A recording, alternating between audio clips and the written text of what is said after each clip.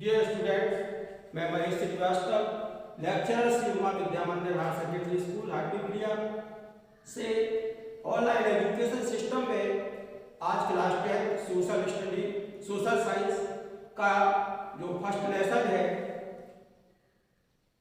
Resources of India का जो 11th part है वो लेकर उपस्थित हूँ। इसके पहले पार्ट में हमने और रिसोर्सेस के बारे में पढ़ा था, सॉइल है, वाटर है। इसके बाद आता है फॉरेस्ट एंड वाइल्ड लाइफ, यानी जंगल और जंगली जीवन। तो आज हम इसके बारे में पढ़ेंगे कि जंगलों से इंडियन इकोनॉमी को क्या फायदा है। जो हमारी इकोनॉमी अर्थव्यवस्था है उसमें वनों का यानी जंगलों का क्या योगदान है।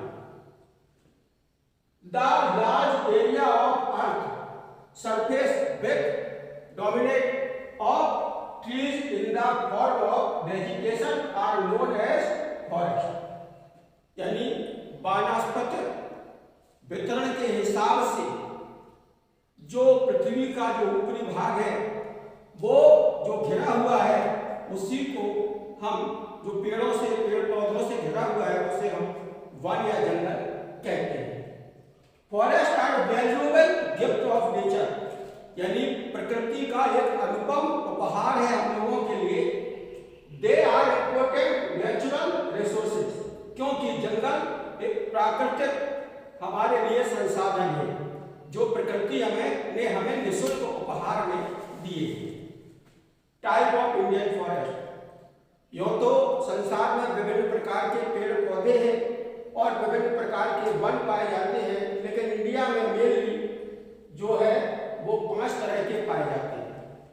पहला है ट्रॉपिकल एवरग्रीन फॉरेस्ट, जैसा कि नाम से समझ में आता होगा, एवरग्रीन हमेशा खुश रहने वाले, हमेशा हरे भरे। तो वे वन जो सदैव हरे भरे रहते हैं उन्हें एवरग्रीन फॉरेस्ट कहते हैं। एवरग्रीन फॉरेस्ट उन क्षेत्रों में पाए जाते हैं जहां पर वर्षा की मात्रा जो है वो सीमा के अंदर होती है और गर्मी कम पड़ती है, यानी गर्मी जहां कम पड़ती है और वर्षा भी अच्छी होती है वहां पर सदाबहार वन यानी एवरग्रीन फॉरेस्ट पाए जाते हैं। दूसरा है ड्राई ट्रॉपिकल फॉरेस्ट, ऐसे वन जो शुष्क क्षेत्रों में पाए जाते हैं जहां पर वर्षा की मात्रा बहुत कम होती है और वहां पर तो ये इस तरह के जो ट्रॉपिकल फॉरेस्ट हैं इनमें जो सख्त लकड़ी है वैसी लकड़ी वाले पेड़ पौधे पाए जाते हैं और जिन्हें पानी की कम आवश्यकता होती है। तो ड्राई ट्रॉपिकल फॉरेस्ट हो गया। मानसून फॉरेस्ट, अब मानसून फॉरेस्ट वो फॉरेस्ट है जो वर्षा के समय तो हरे भरे हो जाते हैं और वर्षा खत्म होती है तो वो केवल वहां पर लकड़ी खड़ी दिखाई देती है और कुछ नहीं दिखाई देता, तो उनको बोलते हैं मानसूनी फॉरेस्ट, यानी मानसून के समय ही वो हरे भरे रहते हैं। फॉरेस्ट ऑफ डेल्टा रीजन, अभी हम लोगों ने पढ़ा था कि डेल्टा रीजन क्या है। आपको जब हमने सॉइल पढ़ाया था तो उसमें बताया था डेल्टा। डेल्टा का मतलब होता है जब नदियां जो है वो किसी क्षेत्र से इधर की उधर होती है तो उन नदियों से जो इस तरह का या इस तरह का जो इलाका बनता है उसको बोलते हैं डेल्टा। सॉइल में भी हमने पढ़ा था कि जो डेल्टा क्षेत्र होते हैं वहां पर बड़ी नदियों द्वारा लाई हुई मिट्टी से उपजाऊ मिट्टी लाई जाती है और जो यहाँ पर खेती अच्छी होती है। तो डेल्टा रीजन में जो नदियों के किनारे होते हैं वहां पर भी वन पाए जाते हैं। अब ये डेल्टा जो क्षेत्र है वहां पर जो डेल्टा वन पाए जाते हैं। हिमालयन फॉरेस्ट, और जो हिमालयन फॉरेस्ट का मतलब है हिमालय की तलहटी में, यानी हिमालय का जो तलहटी वाला क्षेत्र है वहां पर जो वन पाए जाते हैं उन्हें हिमालयन फॉरेस्ट कहते हैं। एक आश्चर्यजनक बात है कि हिमालय की तलहटी में जो पेड़ होते हैं वो हमारे पेड़ों से उनकी ऊंचाई बहुत अधिक होती है और और जैसे जैसे हिमालय की ऊंचाई पर हम बढ़ते जाते हैं तो पेड़ों की जो ऊंचाई है वो कम होती जाती है, वो जितने नीचे आते जाते हैं पेड़ों की लंबाई अधिक होती जाती है। इसलिए चीड़ वगैरह के जो चीड़ है, आबूस है, ये पेड़ जो है अक्सर हिमालय वाले क्षेत्र में ही पाए जाते हैं। अब आते हैं हम लोग बेनिफिट्स फ्रॉम फॉरेस्ट। जंगलों से हमें क्या लाभ है? जंगलों से हमें दो तरह से लाभ होते हैं। हिंदी में आप निबंध लिख भी चुके होंगे, समझ भी चुके होंगे, ज्यादा बताने की जरूरत नहीं है कि डायरेक्ट और इनडायरेक्ट। डायरेक्ट का मतलब जो सीधे सीधे हमें दिख रहा हो, और इनडायरेक्टली मतलब जो हमें दिखाई ना दे। तो सबसे पहले हम डायरेक्ट प्रॉफिट्स के बारे में, बेनिफिट्स के बारे में पढ़ेंगे। तो पहला बेनिफिट्स है फॉरेस्ट प्रोवाइड वुड्स, यानी जंगल जो है वो हमें लकड़ी उपलब्ध कराते हैं। फॉरेस्ट प्रोवाइड प्रोड्यूस टीक, साल, शीशम, आबूस, sandalwood, deodar woods are used for fuel and making furniture. यानी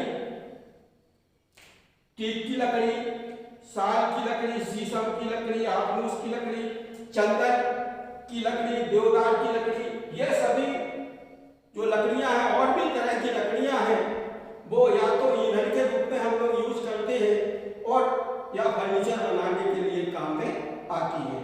और भी लकड़ियां हैं तो उनको या तो हम जलाने के काम में लेते हैं या उनका फर्नीचर बनाने के काम में लेते हैं। तो सबसे पहला बेनिफिट तो ये है। दूसरा है forest provide minus forest produce, यानी लघु वनोपज।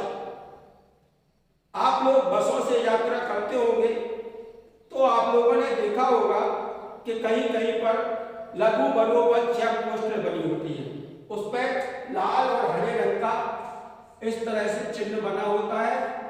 ये रेड ग्रीन होता है, ये रेड होता है, इस तरह से देखा होगा।